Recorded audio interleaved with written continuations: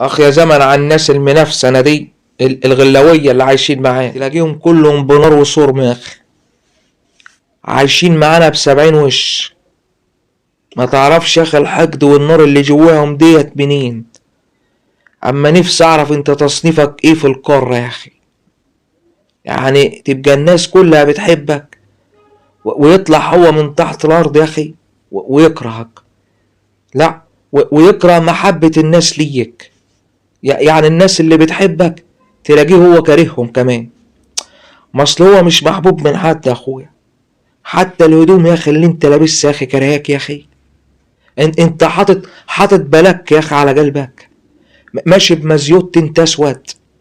ما نشوفش عربية تكون عربية محملة بلوكات يا اخي وتروح ترصفك على الارض يا اخي عشان نرتاح كلنا. لما نفس الواحد يا اخي يجمع الناس دي ويحطهم في سبنسة ويوديهم مصنع الفوسفات.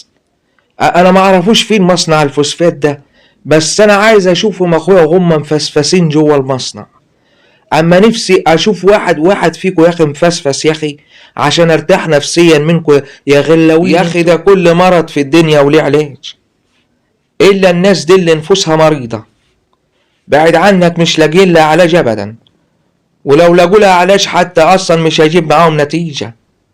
اصل دول بعد عنك قلبهم اسود من جوه. لما تبعد عن الناس اللي بنفسنا دي تحس يا اخويا كده براحة نفسية، وبعيد عن المشاكل والحوارات بتاعتهم. مفيش ولع ولا نار يا اخي. اشوفك مولع يا اخي وما لاقيش بخة تطفيه. الناس دي لو انشقت الارض وبلعتهم ممكن يجيبوا حالة تسمم للارض. ادعوا معايا يا اخويا ربنا يكفينا شر الناس المنافسنة اللي قلبها اسود، اللي مش بتحب الخير لحد. عشان تعيش مرتاح لازم تطنش الناس المريضة دي وتبعد بعيد عنهم. وانا اقوم واسيبكوا دلوقتي عشان اروح اشوفهم في مصنع الفوسفات وهم بيتفسفسوا. سلام عليكم.